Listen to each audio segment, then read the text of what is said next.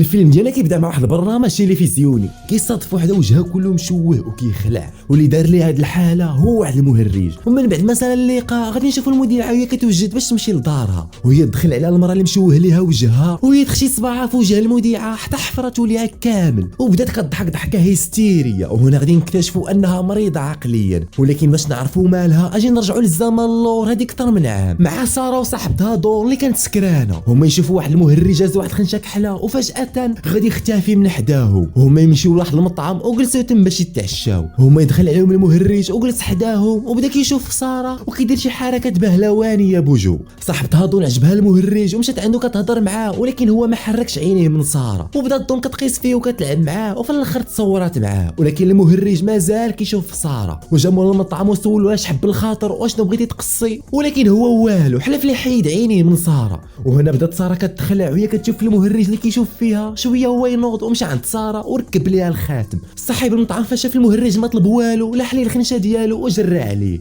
ساره ودون فساله والماكله ديالهم خرجوا رجعوا للطوموبيله ديالهم وغادي يلقاو الرويضه مفشوشه. ساره غادي تتصل بختها باش تجي ديهم، وهي غادي توافق وجلسوا في الطوموبيل كيتسناوها. وساره شكات في المهرج انه هو اللي غادي يكون فشل لهم الرويضه ديالهم. ونرجعوا للمطعم اللي كانوا فيه، غادي نشوف واحد عامل نظافه كيقلب على مول المطعم حتى غادي يلقاه مقتول وراسه معلق والشموعه شاعلين فيه. وغادي يخرج ليه المهرج وغادي يتخلع وغادي يهرب، وغادي يلقى الباب مسدود والمهرج غادي يتبعو وغادي يقطع عليه يدو، ومن بعد غادي يصفيها ليه. ونرجعوا عند ساره اللي كتنزيره وشادها واحد البوله، وقالت لها صاحبتها سيري قولها لذاك السيد يدخلك للطواليت. مشات وطلبت منه وقال لها السيد اللي سميتو مايك مرحبا، ودخلها حتى وراها الطواليت ورجع بحاله. ونرجعوا عند صاحبتها دول شعلات الراديو وسمعت اخبار عاجله كيقولوا فيها انا المطعم اللي حداها تلقاو فيها جوج جثث مقتولين، وكيقولوا بلي واحد المهرج هو اللي دار هاد الجريمه. دون تخلعات وبدا كتدور في وجهها حتى تلاقات المهرج جالس حداها وهي كتغوت، ولكن حتى واحد ما سمعها. ساره خرجت من الطواليت وغادي تلاقى مع واحد المتشرده هازه الحوايج بحال الدراري الصغار، وغادي تقول لها ساره بلي نسيت الطريق وبغيتك توريني الطريق باش نرجع، ولكن غادي يخرج لها المهرج وهو كله دمايات. ساره فاش شافته تخلعات وهي تهرب وغادي تخبى ما بين الطوموبيلات حتى غادي يجي من موراها وغادي يخشي الموس في رجليها، وهي كتغوت بالالم دفعته برجليها وهزات الموس وخشاتو في كتافه وجرات الباب، ولكن لقاتو مسدود وعيات ما تدق ولكن والو، وتخبات والمهرج كيقلب عليها. وهنا غادي نشوفوا فيكي اخت ساره جايه في الطريق وسمعت في الراديو على شي مهرج كيقتل في الناس في البلاصه فاش غاديه ليها، وهنا زادت تخلعت على اختها.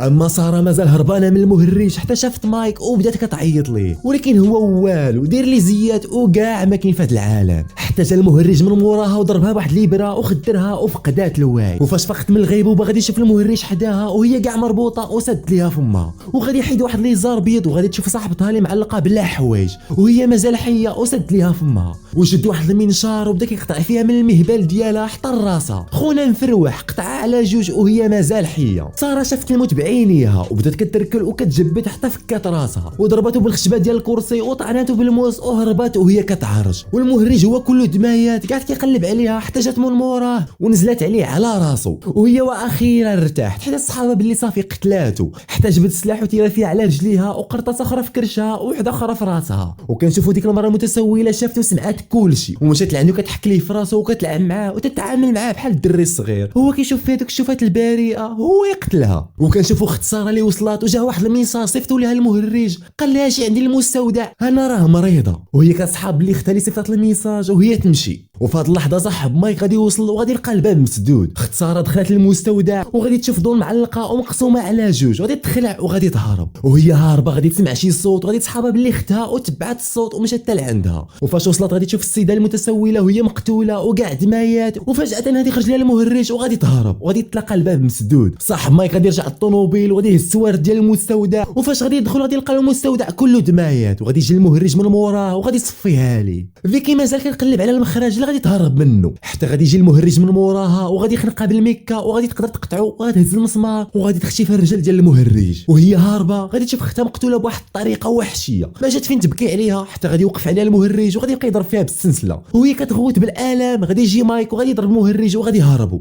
غيتصلوا بالشرطه وغادي يقولوا لهم حنا في البلاصه الفلانيه وباللي المهرج بغى يقتلنا، وهما كيتسناو في البوليس. المهرج غادي يهز واحد البوطه كبيره وغادي يهرس بها الراس ديال مايك وغادي يبقى يضرب فيه حتى غادي يخمج ليه وجهه. وفيكي اللي كتضرب الباب بالحديد باش تهرب غادي يجي لها المهرج من موراها وعلى المشده باش يقتلها غادي يضربوا بالحديد وغادي تهرب. وغادي تسمع البوليس جايين وغادي تمشي قاصداهم، ولكن المهرج غادي يضربها بالطوموبيل وغادي يغيبها، وغادي ينزل وغادي يبقى ياكل في وجهها وهي مازال حيه، حتى غادي يجيو البوليس وغادي يشد الفردي وغادي يحطه في فمه وغادي ينتحر، وغادي يديو الجثث للمشرحه، وغادي يفتحوا الجثه ديال المايك وغادي يلقاوها مشوهه وراسو كله مبجوع، وغادي يفتحوا ديال المهرج وغادي يلقاوه مازال حي وكيشوف فيه هو مبتسم، غيشدو غادي يخنقوا وبلا ما نعرفوا واش طرا غنشوفوا فيك اللي كان المهرج كياكل ليها في وجهها، غتخرج من السبيطار وجهها ولا كيخلع. وهذه هي القصه ديال فيكي، وهنا غادي يسالي الفيلم وتسناو الجزء الثاني ديال هذا المهرج. قبل ما تخرج من هذا الفيديو بغيتكم ضروري تهبطوا ديروا واحد ابوني للقناه ولايك لهذا الفيديو، حيت اكثر من 90% كيتفرجوا وما مابونينش. شكرا حيت وصلتي حتى لهنا، نشوفوا في فيديو جديد.